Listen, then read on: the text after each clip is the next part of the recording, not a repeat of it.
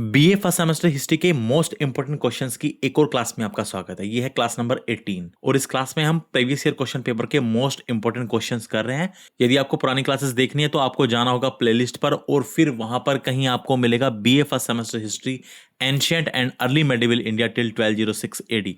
वहां पर जाकर के आप क्रमानुसार क्लासेस अपने हिसाब से देख सकते हैं। अब टाइम वेस्ट ना करते हुए सीधा मुद्दे पर आते हैं। क्लास नंबर 17 के बाद जो अगला क्वेश्चन है वो है उत्तर वैदिक युगीन संस्कृति की विवेचना कीजिए। Discuss the culture of later Vedic age. इस क्वेश्चन में आपसे यह पूछ रहा है कि उत्तर वैदिक काल की संस्कृति की विवेचना कीजिए, यानी लेटर वैदिक पीरियड का जो कल्चर था उसके बारे में आपको बताना है। तो बिल्कुल प्रिसाइसली चीजें आपके सामने हिंदी और इंग्लिश दोनों में है। ऋग्वैदिक काल, जिसका समय काल है 1500 ईस्वी पूर्व से 1000 ईस्वी पूर्व। इसके बाद जो काल आता है उसको हम उत्तर वैदिक काल कहते हैं। हम अच्छी प्रकार से जानते हैं वैदिक काल को हम दो हिस्सों में बांटते हैं, एक ऋग्वैदिक काल और एक उत्तर वैदिक काल। 1500 ईस्वी पूर्व से 1000 ईस्वी पूर्व तक तो कहलाता है ऋग्वैदिक काल और उसके बाद का काल आता है उत्तर वैदिक काल, जिसका समय काल लगभग माना जाता है 1000 ईस्वी पूर्व से 600 ईस्वी पूर्व।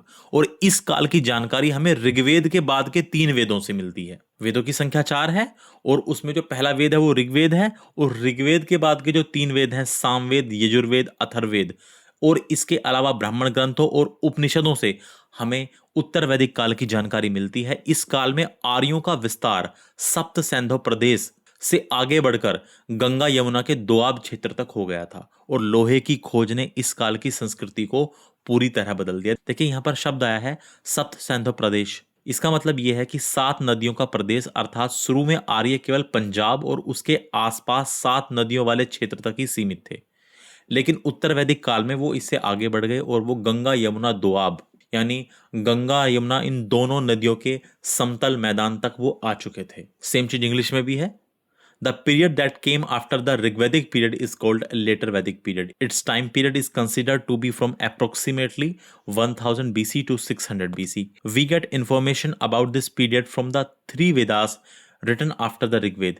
ऋग्वेद के बाद जो 3 वेद लिखे गए हैं, सामवेद, यजुर्वेद और अथर्ववेद से हमें लेटर वैदिक पीरियड की जानकारी मिलती है, and as well as from the Brahmana text and Upanishad. और इसके अलावा ब्राह्मण ग्रंथों और उपनिषदों से भी हमें इस काल की जानकारी मिलती है। और मैं आपको ब्राह्मण ग्रंथ, उपनिषद, ये सब चीजें पहले भी समझा चुका हूं। क्लास नंबर 5 में हमने इनको बहुत अच्छी तरह से समझा है। During this period the Aryans moved beyond the Sapta Sindhu region. Sapta Sindhu region means land of 7 rivers, and they expanded their area to the Ganga Yamuna Doab region. The discovery of iron completely changed the culture of this period. Later Vedic period में ही iron की discovery हुई और discovery of iron ने पूरा culture ही change कर दिया इस पीरियड का। आगे बढ़ते हैं, अब बात करते हैं लेटर वैदिक पीरियड के राजनीतिक जीवन की। पॉलिटिकल लाइफ कैसी थी? देखिए उत्तर वैदिक काल में राजनीति में बड़े बदलाव आए। उत्तर वैदिक काल आते आते बड़े राज्यों का उदय हो गया। अब छोटे छोटे जन यानी कबीले मिलकर जनपद बन गए। वैदिक काल में तो जो सबसे बड़ी इकाई थी वो जन थी, मैंने आपको ये अच्छी तरह से समझाया था। लेकिन उत्तर वैदिक काल आने के बाद ये छोटे छोटे जन कबीले मिलकर जनपद बन गए, जैसे कुरु और पांचाल इस समय के प्रमुख राज्य थे। उत्तर वैदिक काल में राजा की शक्ति में वृद्धि हो गई। ऋग्वैदिक काल में राजा की शक्ति सीमित थी, लेकिन उत्तर वैदिक काल में राजा बहुत शक्तिशाली हो गए।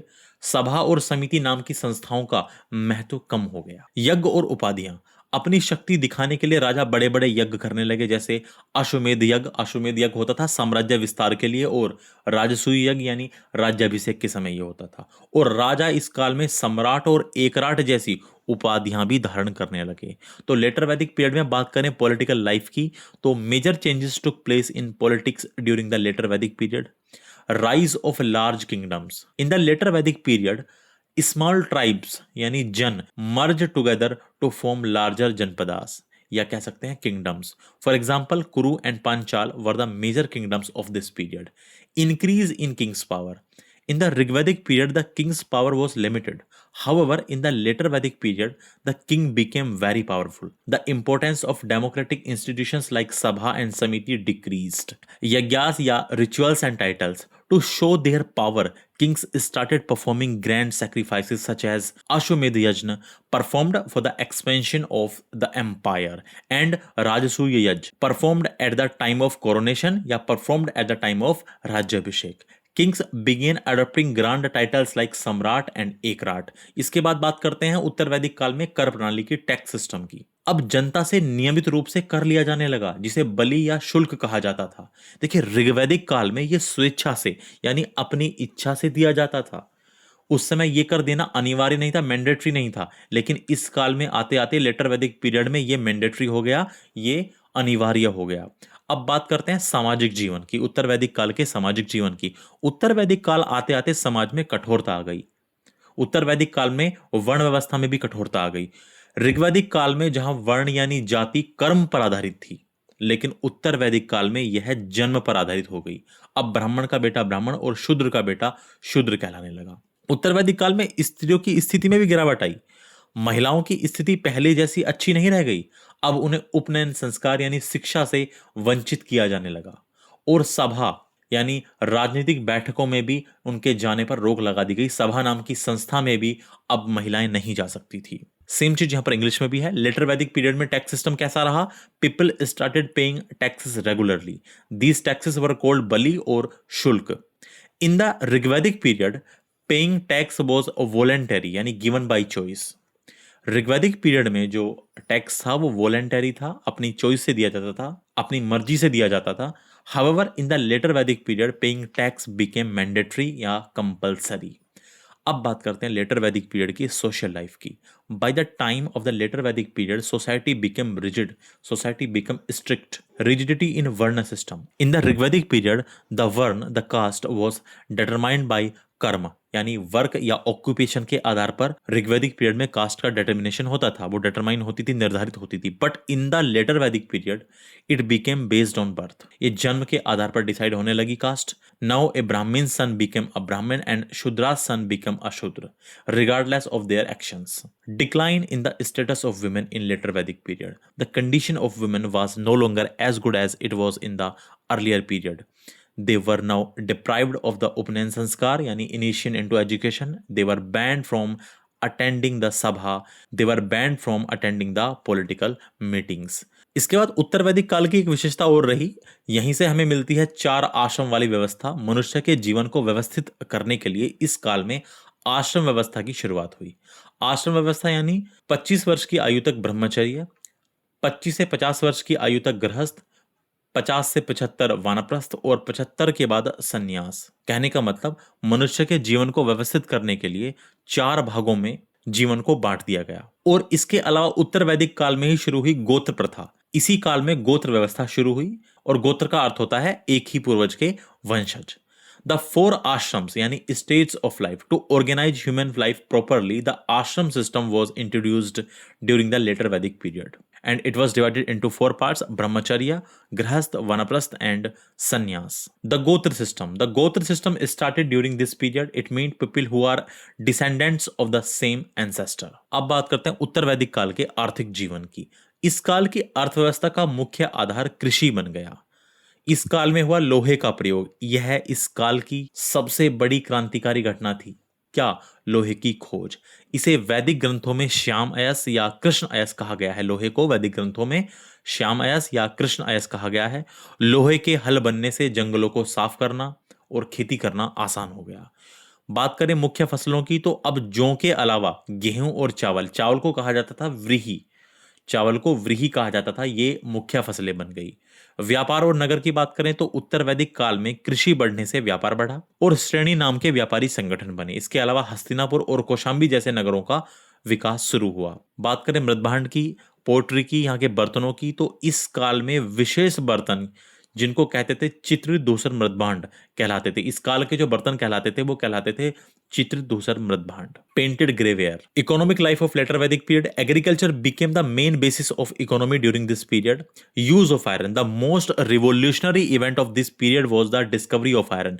इन Vedic text iron is referred to as shyamayas और krishna ayas. The use of iron ploughs made it easier to clear forests and practise farming. Main crops. Apart from barley, wheat and rice became the main crops in later Vedic period. Rice was known as vrihi in the Vedic text. Trade and cities. With the growth of agriculture, trade also increased. Merchant organizations called Shreni were formed. The development of cities like Hastinapur and Koshambi began during this time.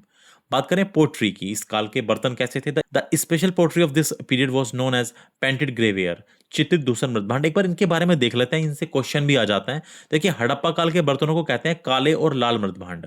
जो Harappan period के बर्तन है वो कहलाते हैं black and red ware. इसके बाद फिर वैदिक काल के या जो आर्यों के बर्तन हैं, वैदिक सभ्यता वाले लोगों के जो बर्तन है वो कहलाते हैं चित्रित दूसर मृदभांड यानी पेंटेड ग्रेवेयर। और फिर उसके बाद उत्तर वैदिक काल से लेकर के मौर्य काल तक पाए गए हैं उत्तरी काले पॉलिश वाले मृदभांड, नॉर्दर्न ब्लैक पॉलिश्ड वेयर। तो इस तरह से संस्कृति में बदलाव होता गया और मृदभांडों यानी मिट्टी के बर्तनों में भी सांस्कृतिक रूप से बदलाव आता गया। अब बात करते हैं धार्मिक जीवन की, रिलीजियस लाइफ की। उत्तर वैदिक काल में धर्म का स्वरूप पूरी तरह बदल गया। ऋग्वैदिक काल के प्रमुख देवता थे इंद्र और अग्नि, अब इनका महत्व कम हो गया और अब इनकी जगह प्रजापति, जिनको सृजन के देवता यानी सृष्टि के देवता, विष्णु पालनकर्ता और रुद्र शिव ये प्रमुख देवता बन गए। उत्तर वैदिक काल में धर्म बहुत जटिल और खर्चीला हो गया। अब यज्ञों में पशु बलि की प्रथा बहुत बढ़ गई, आम आदमी के लिए धर्म का पालन करना कठिन हो गया। और फिर इन कर्मकांडों के विरोध में इसी काल के अंत में रचना होती है उपनिषदों की, जिसमें यज्ञ के बजाय ज्ञान और आत्मा परमात्मा पर जोर दिया गया। In the later Vedic period the nature of religion changed completely.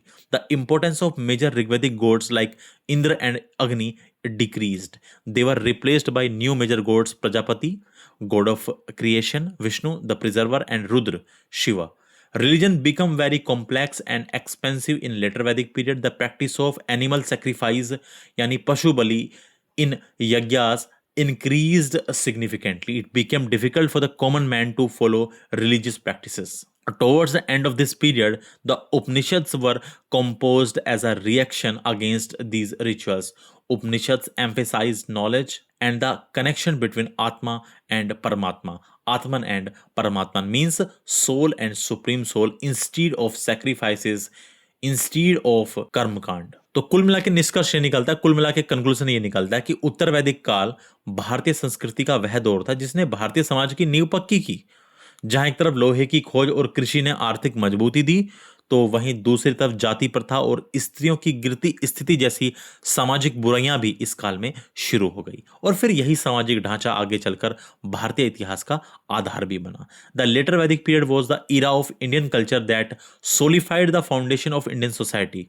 On one hand, the discovery of iron and the growth of agriculture provided economic strength, and on the other hand, social evils like caste system and declining status of women started during this very period. This social structure later became the basis of Indian history.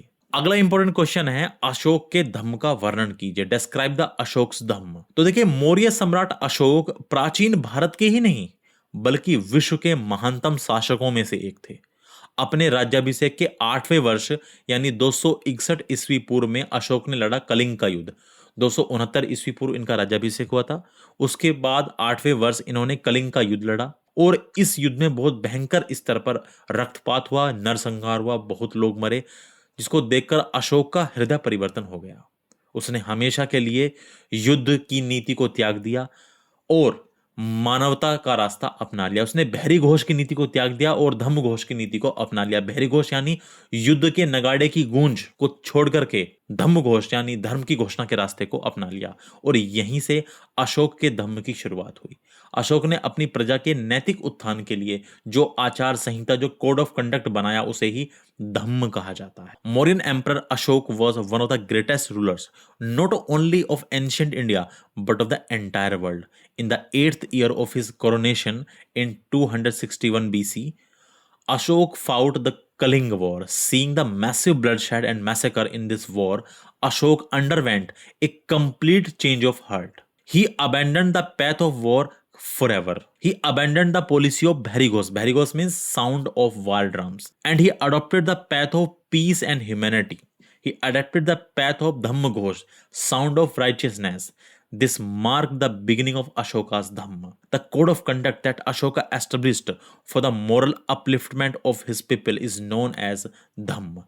धम्म का अर्थ जानते हैं। देखिए, धम्म संस्कृत के धर्म शब्द से ही बना है। धम्म संस्कृत के धर्म शब्द से ही बना है, बस ये उसका पाली प्राकृत वाला रूप है। जैसे सबसे पहले संस्कृत थी, संस्कृत के बाद पाली, पाली के बाद प्राकृत के बाद अपभ्रंश और फिर अपभ्रंश के ही प्रकार से, अपभ्रंश के शोर से नहीं प्रकार से प्राचीन हिंदी का जन्म होता है। तो ऐसे ही धर्म जो था वो संस्कृत का शब्द है और इसी से बदल करके पाली प्राकृत रूप में ये बन गया धम्म। अशोक का धम्म कोई नया धर्म या संप्रदाय नहीं था, यह किसी विशेष पूजा पाठ या कर्मकांड का नाम नहीं था, बल्कि यह सभी धर्मों का सार था, सभी धर्मों का निचोड़ था। यह जीवन जीने का एक नैतिक तरीका था जिसे हर धर्म का व्यक्ति मान सकता था। अशोक ने अपने दूसरे स्तंभ लेख में स्वयं प्रश्न किया है कि धम्म क्या है, किम चू धम्मे, और फिर उत्तर भी दिया है अपासिन्वे बहुकयाने, अर्थात पाप से दूर रहना और बहुत सारे कल्याणकारी कार्य करना। Meaning of Dhamma, the word Dhamma is simply the Pali Prakrit form of the Sanskrit word धर्म। अशोकास धम्म was not a new religion or sect. It was not about specific worship or rituals. Instead, it was the essence of all religions.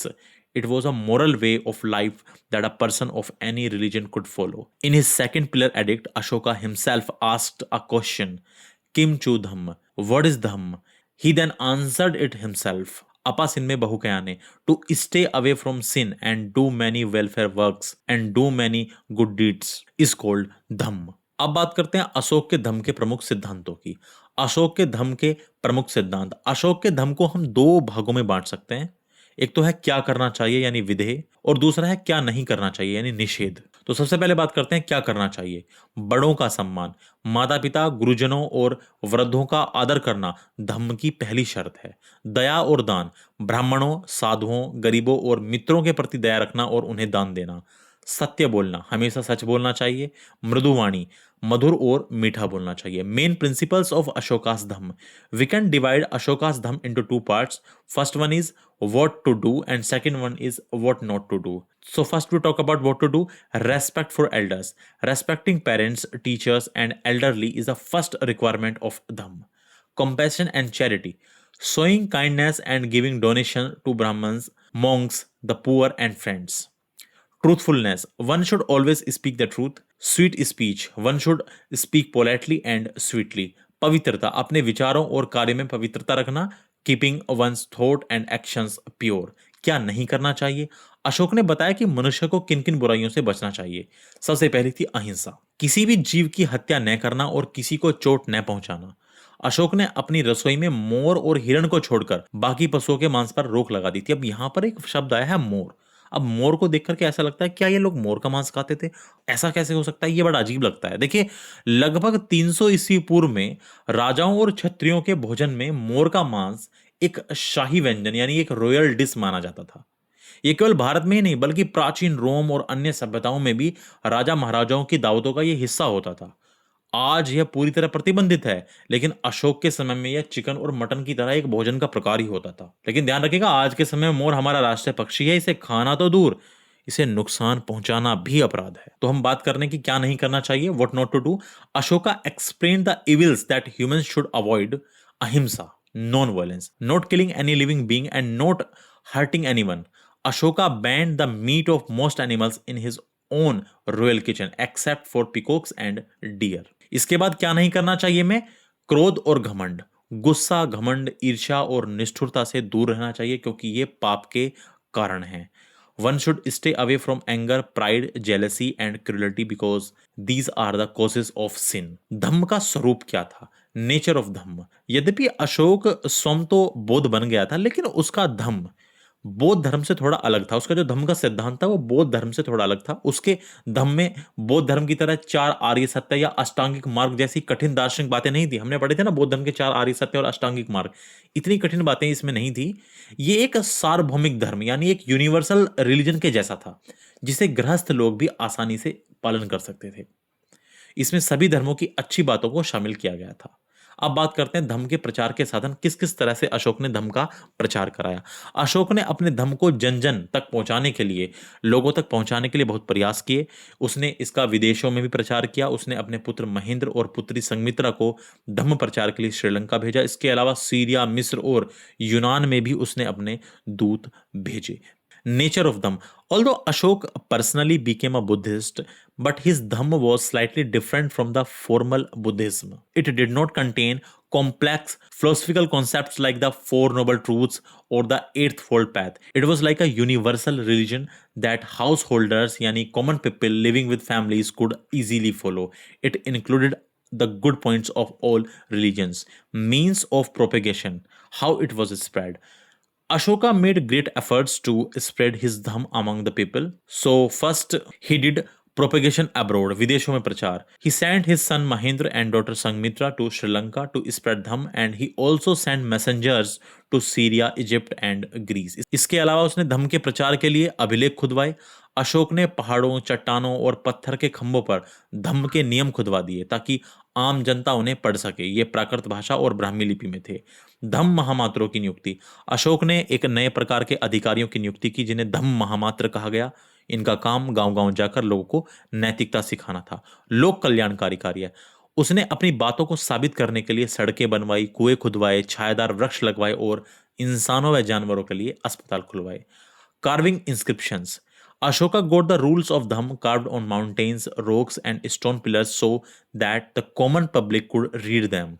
These were written in Prakrit language and Brahmi script, which was easy for locals to understand. Appointment of Dhamma Mahamatras.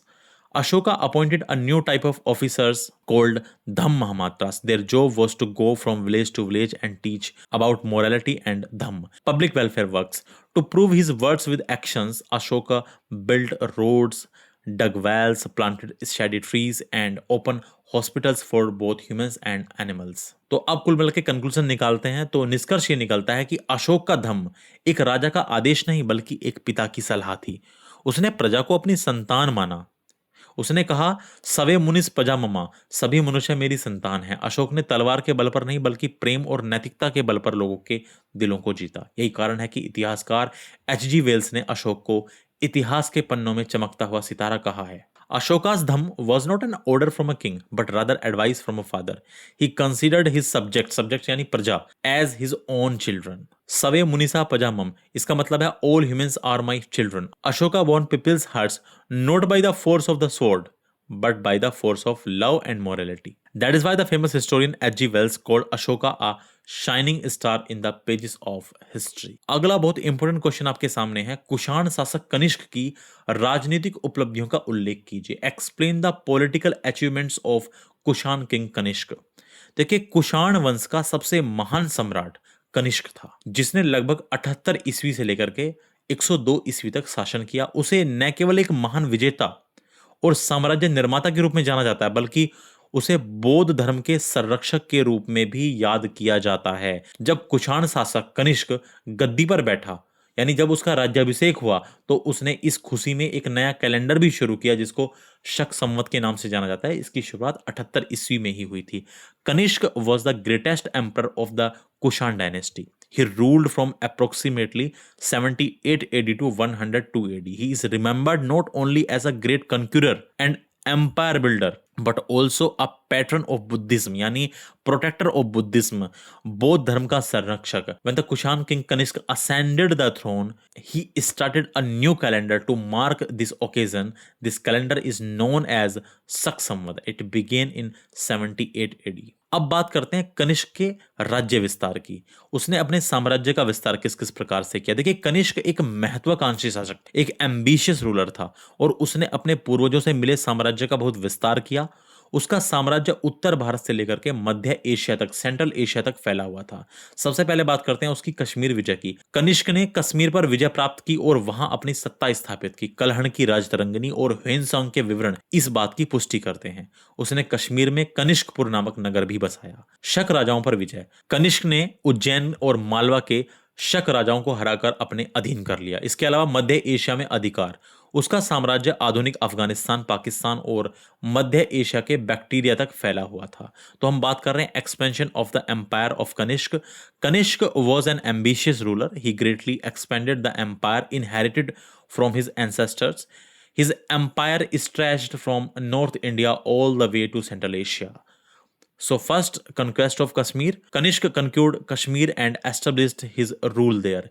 This is confirmed by Kalhan's Rajtarangini and the accounts of Chinese traveler Hunsong. He also founded a new city in Kashmir named Kanishkpur. Victory over Shaka Kshatraps. Kanishk defeated the Shaka Kshatrap of Ujjain and Malwa and brought them under his control. Control over Central Asia. His empire extended across modern day Afghanistan, Pakistan and up to Bactria in Central Asia. इसके अलावा कनिष्क ने चीन के साथ भी एक युद्ध लड़ा, चीन के साथ युद्ध और सिल्क रूट पर नियंत्रण, war with China and control over silk route. Kanishka की सबसे महत्वपूर्ण राजनीतिक उपलब्धियों में से एक चीन के साथ संघर्ष था। शुरुआत में कनिष्क की सेना को चीनी सेनापति पान चाओ से हार का सामना करना पड़ा, लेकिन बाद में कनिष्क ने दोबारा तैयारी के साथ आक्रमण किया और चीनी सेनापति यानी पान चाओ के पुत्र को हराकर यारकंद, खोतान और काशगर जैसे क्षेत्रों पर कब्जा कर लिया। इसके अलावा इसके नियंत्रण में आ गया सिल्क रूट। देखिए, इस वजह से इसके रेशम मार्ग का यानी सिल्क रूट पर कुषाणों का नियंत्रण हो गया, जिससे कनिष्क को भारी आर्थिक लाभ और राजनीतिक शक्ति मिली। अभी समझेंगे सिल्क रूट को, ये क्या होता है। पहले एक बार इंग्लिश में देख लेते हैं। One of the Kanishka most significant political achievements was his conflict with China. In the beginning, Kanishk army had to face defeat against the Chinese general Pan Chao. However, later on, Kanishk attacked again with a better preparation. He defeated the Chinese general Pan Chao's son and captured regions like Yarkand, Khotan and Kashgar. अब बात करते हैं silk route की। This victory gave the Kushans control over the famous Silk Route. This provided Kanishk with massive economic benefits, या हम कह सकते हैं wealth from taxes and political power. इसको एक बार समझ लेते हैं। देखिए, रेशम मार्ग को हम प्राचीन काल का अंतरराष्ट्रीय हाईवे मान सकते हैं, एक इंटरनेशनल हाईवे मान सकते हैं हम सिल्क रूट को, रेशम मार्ग को। यह जमीन और समुद्र के रास्ते बना एक बहुत लंबा व्यापारिक रास्ता था। यह चीन से शुरू होता था और यह भारत में कुषाण साम्राज्य और फिर मध्य एशिया से होते हुए यूरोप में रोम तक जाता था। और इस रास्ते से व्यापारी अपना सामान एक देश से दूसरे देश ले जाते थे। देखिए, उस समय चीन के पास रेशम बनाने का एक गुप्त तरीका था, सिल्क बनाने का एक सीक्रेट था इनके पास, और दुनिया में और किसी को रेशम बनाना नहीं आता था। और पश्चिमी देशों के अमीर लोग चीन के रेशम के बहुत दीवाने थे, उनको चीन का रेशम पहनना बहुत पसंद था। वे इसे पहनने के लिए मुंह मांगी कीमत यानी सोना देने को भी तैयार थे, क्योंकि इस रास्ते पर सबसे ज्यादा व्यापार रेशम का ही होता था, इसलिए इसका नाम पड़ गया silk route. We can consider the silk route as the international highway of ancient times. It was massive trade route connecting countries via both land and sea. It started from China, pass through India under the Kushan empire, then through Central Asia, and finally reached Roman Empire in Europe. Traders used this route to transport goods from one country to another. At that time, China possessed the secret technique of making silk. No one else in the world knew how to produce it. The wealthy people in Western countries were crazy about the Chinese silk. They were willing to pay any price, even gold, to wear it. Since silk was the primary item traded on this path, so it was named the Silk Route. और इसके अलावा कुषाण साम्राज्य यानी कनिष्क का जो इलाका था वो भारत के उत्तर पश्चिम और मध्य एशिया में फैला था, और संयोग से कोइंसिडेंटली ये सिल्क रूट कुषाणों के इलाकों के बीचों बीच से होकर गुजरता था। और कनिष्क ने वहां एक टोल प्लाजा जैसा सिस्टम बना दिया, जैसे आज वर्तमान में टोल प्लाजा होता है ना, एक ऐसा सिस्टम बना दिया। और कनिष्क ने व्यापारियों से कहा, मेरे इलाके में लुटेरे तुम्हें नहीं लूटेंगे, मेरे सैनिक तुम्हारी रक्षा करेंगे, लेकिन इसके बदले तुम्हें टैक्स देना होगा, कर देना होगा। रोम के व्यापारी अक्सर भुगतान सोने में यानी गोल्ड में करते थे, और इसके बाद सिल्क रूट पर टैक्स वसूल कर कुषाण मालामाल हो गए, कनिष्क मालामाल हो गए, और उन्होंने भारत में शुद्ध सोने के सिक्के चलवाए। The Kushan Empire was spread across northwest India and Central Asia. Coincidentally, the Silk Route passed right through the middle of the Kushan territory. Kanishk established there a system similar to a modern toll plaza. Kanishk made a deal with the traders. Robbers will not loot you in my territory.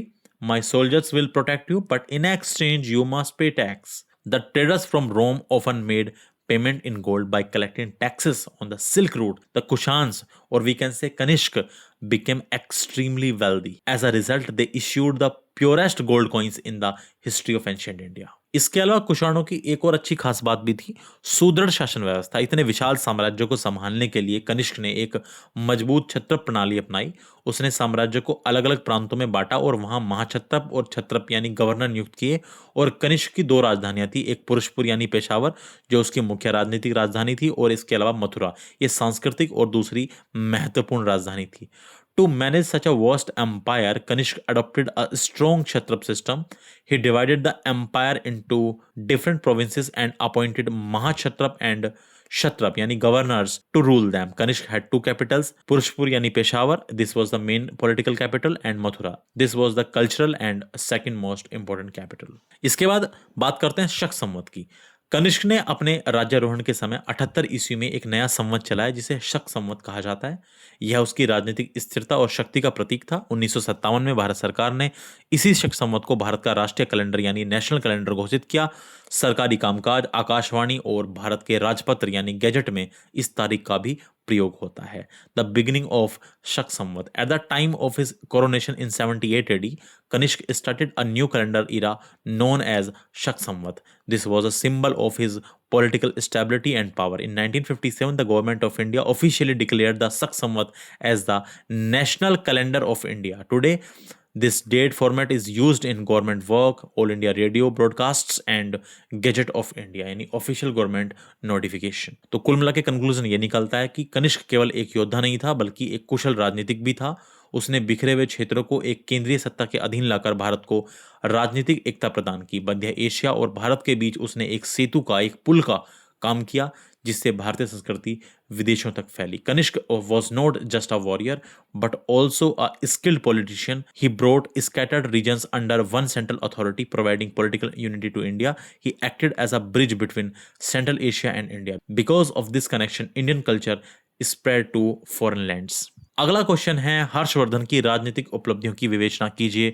Discuss the political achievements of Harshvardhan. यह question ऐसे भी आया हुआ है कि हर्षवर्धन के शासनकाल और उसकी राजनीतिक उपलब्धियों का वर्णन कीजिए, या ऐसे भी आ जाए, मान लीजिए हर्षवर्धन के ऊपर टिप्पणी लिखने के लिए आ जाए, पुष्यभूति वंश के बारे में आ जाए, तो आपको यही आंसर लिखना है। जैसे अभी हमने पिछले वाला क्वेश्चन किया है, हो सकता है आपसे कनिष्क के ऊपर टिप्पणी लिखने के लिए आ जाए तो भी कनिष्क के बारे में लिखेंगे ना। या क्वेश्चन ऐसे आ जाए कि महात्मा बुद्ध की शिक्षाएं लिखिए, तो हमने जो 4 आर्य सत्य और अष्टांगिक मार्ग वाली बातें पढ़ी थी तो वही आंसर आएगा। भाई क्वेश्चन भले ही बदल के आ जाए लेकिन आपको अपने माइंड का यूज करना है और यही कंटेंट वहां फिट कर देना है, क्योंकि सेम चीज वही होनी है, क्योंकि उस क्वेश्चन के आंसर में भी वही सेम चीजें लिखी जानी है। वरना आप खुद सोचिए कितने सारे लॉन्ग क्वेश्चन आप याद करेंगे एग्जाम से पहले, तो हमें थोड़ा सा स्मार्टली वर्क भी करना होगा। तो आइए वापस आते हैं अपने प्रश्न पर।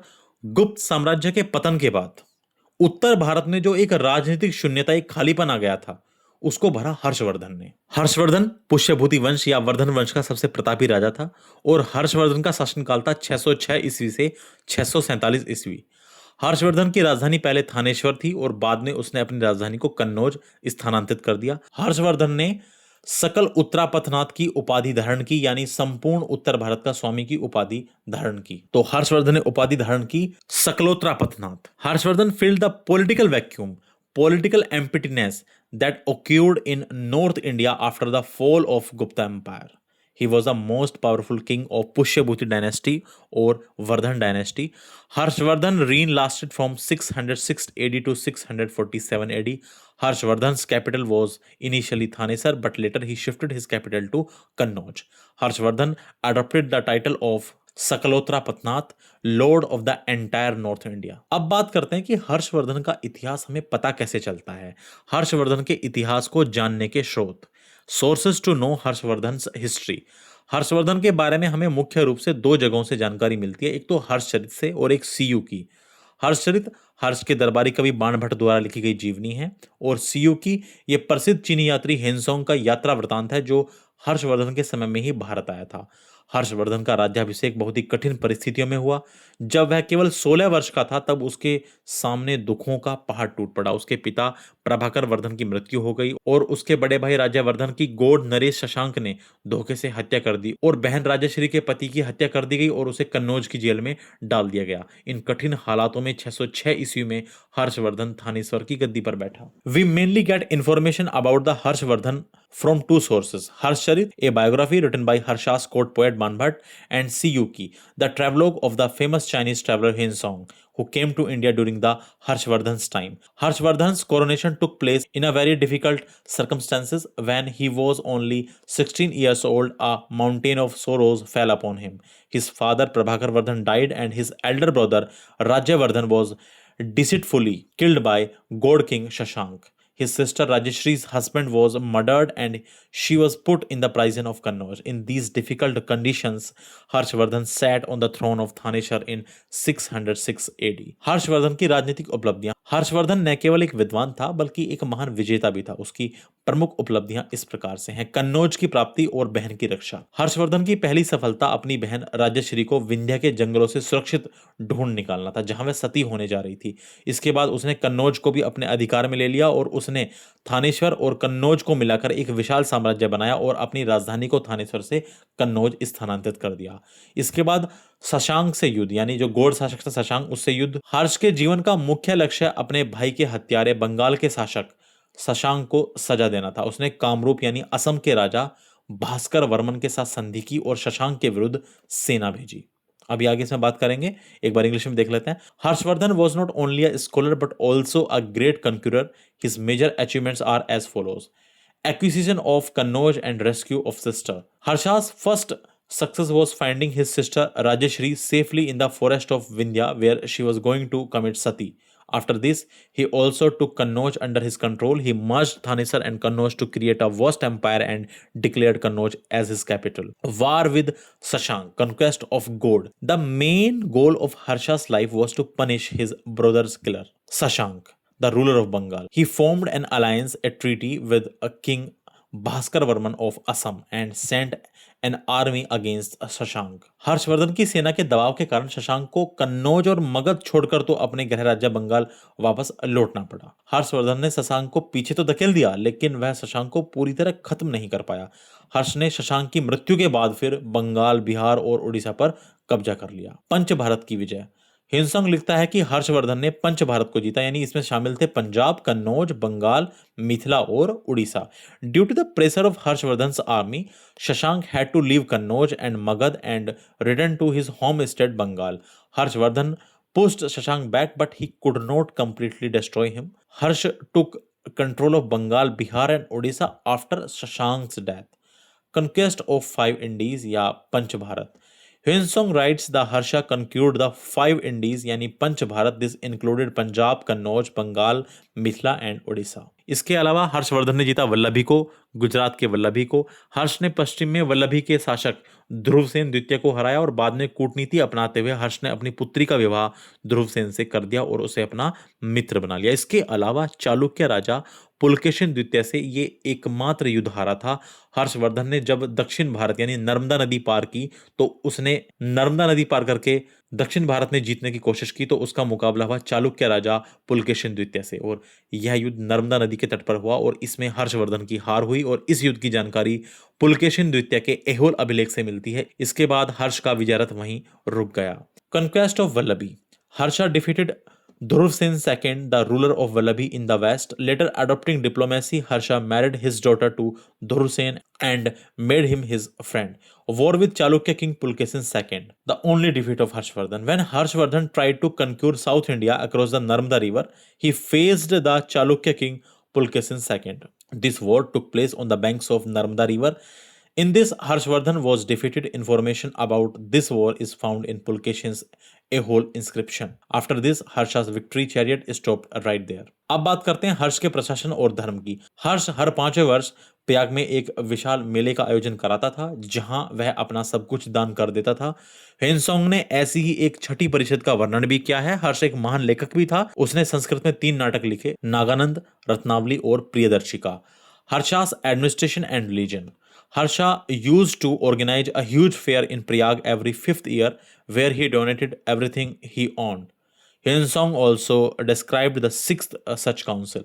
Harsha was also a great writer. He wrote 3 plays in Sanskrit, Naganand, Ratnavali and Priyadarshika. तो बात करते हैं कुल मिला के कंक्लूजन की। तो हर्षवर्धन एक महान विजेता, कुशल प्रशासक और उदार दानी था। उसने बिखरे हुए उत्तर भारत को एक राजनीतिक सूत्र में पिरोया। हालांकि उसकी मृत्यु जब 647 ईस्वी में हो गई थी तो उसके बाद उसका साम्राज्य बिखर गया, लेकिन भारतीय इतिहास में उसका नाम दानवीर और साहित्य प्रेमी सम्राट के रूप में अमर है। हर्षवर्धन को प्राचीन भारत का अंतिम महान हिंदू सम्राट कहा जाता है। Harshavardhan was a great conqueror, skilled administrator and generous donor. He united the scattered north India into one political thread. Although his empire fell apart after his death, His name is immortal in Indian history as a generous hero, Danveer, and literature-loving emperor. Harshvardhan is called the last great Hindu emperor of ancient India. अगला question है, मोहम्मद गोरी के भारतीय अभियान पर प्रकाश डालिए, throw light on the Indian campaign of Muhammad Ghori. आइए इस प्रश्न के बारे में जानते हैं। महमूद गजनवी के आक्रमणों के लगभग 150 साल बाद भारत पर दूसरा बड़ा तुर्क आक्रमण मोहम्मद गोरी ने किया। मोहम्मद गोरी का पूरा नाम था शहाबुद्दीन मोहम्मद गोरी। देखिए, सबसे पहले तो अटैक हुआ था 712 ईस्वी में, वो अरब अटैक था जो मोहम्मद बिन कासिम ने किया था। सबसे पहला तुर्क आक्रमण महमूद गजनवी ने किया था और फिर उसके बाद दूसरा बड़ा तुर्क आक्रमण किया था मोहम्मद गोरी ने। जहां महमूद गजनवी का उद्देश्य केवल धन लूटना था, वहीं मोहम्मद गोरी का उद्देश्य भारत में मुस्लिम साम्राज्य की स्थापना करना था। इसलिए गोरी को भारत में मुस्लिम शासन का वास्तविक संस्थापक माना जाता है और वह अफगानिस्तान के गोर नाम के छोटे से राज्य का शासक था। About 150 years after the invasion of Mahmud of Ghazni, Muhammad Ghori made the second major Turk invasion on India. His full name was Shahabuddin Muhammad Ghori. While Mahmud of Ghazni's objective was only to loot wealth, Muhammad Ghori's objective was to establish a Muslim empire in India. That is why Ghori is considered the real founder of Muslim rule in India. He was the ruler of a small kingdom named Ghor in Afghanistan. अब बात करते हैं गोरी के प्रमुख अभियान भारत के ऊपर। गोरी के प्रमुख भारतीय अभियान। मुल्तान और सिंध पर विजय 1175 में। गोरी ने भारत पर अपना पहला आक्रमण 1175 ईस्वी में मुल्तान पर किया। वहां करमाती जाति के मुसलमानों का शासन था। गोरी ने उन्हें आसानी से हरा दिया और मुल्तान तथा उच्छ पर कब्जा कर लिया। यह उसकी पहली बड़ी जीत थी। लेकिन फिर उसके बाद उसको एक हार भी मिली है, गुजरात पर आक्रमण और पहली बार हार 1178 ईस्वी में। अपनी जीत से उत्साहित होकर गोरी ने 1178 ईस्वी में गुजरात अनहिलवाड़ा पर हमला कर दिया। उस समय वहां का राजा भीम द्वितीय यानी मूलराज द्वितीय शासन कर रहा था। हालांकि भीम द्वितीय उस समय अवयस्क था, अर्थात भीम द्वितीय की आयु बहुत ज्यादा कम थी। मुख्य रूप से भीम द्वितीय की माता ही शासन कर रही थी और फिर इस भीम द्वितीय ने आबू पर्वत की तलहटी में यानी माउंट आबू के पास मोहम्मद गोरी को बुरी तरह हराया और यह भारत में मोहम्मद गोरी की पहली पराजय थी। इस हार ने उसे सिखाया कि सीधे गुजरात के रास्ते भारत में घुसना मुश्किल है, इसलिए उसने फिर पंजाब का रास्ता चुना। Major Indian campaigns of Ghori, conquest of Multan and Sindh in 1175 AD. Gori made his first attack on India in 1175 AD on Multan. Muslims of Karmati caste ruled there. Gori defeated them easily and captured Multan and Uch. This was his first victory.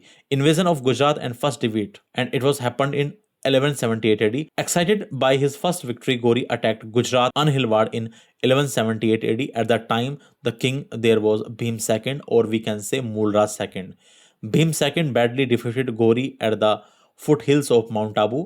This was Muhammad Ghori's first defeat in India. This defeat taught him that entering India directly via Gujarat route is difficult, so he chose the Punjab road. देखिए, कई बार यहाँ एक confusion और हो जाता है कि मोहम्मद गोरी को सबसे पहली बार किसने हराया था, तो वो पृथ्वीराज चौहान ने नहीं, मोहम्मद गोरी को भारत में सबसे पहली बार भीम द्वितीय यानी मूलराज द्वितीय ने हराया था। हालांकि जो मैं प्रश्न आपको करा रहा हूँ इनमें और भी बहुत सारी बातें बताई जा सकती हैं और भी आसान तरीके से मैं इनमें आपको बहुत सारी चीजें बता सकता हूँ एकदम कहानी की तरह, लेकिन अभी हम थोड़ा एग्जाम के ऊपर फोकस कर रहे हैं और आंसर को काफी प्रिसाइज रख रहे हैं, वरना इनमें इतनी कहानियां हैं कि आपको सुन के भी इंटरेस्ट आएगा इसमें। आइए आगे बढ़ते हैं।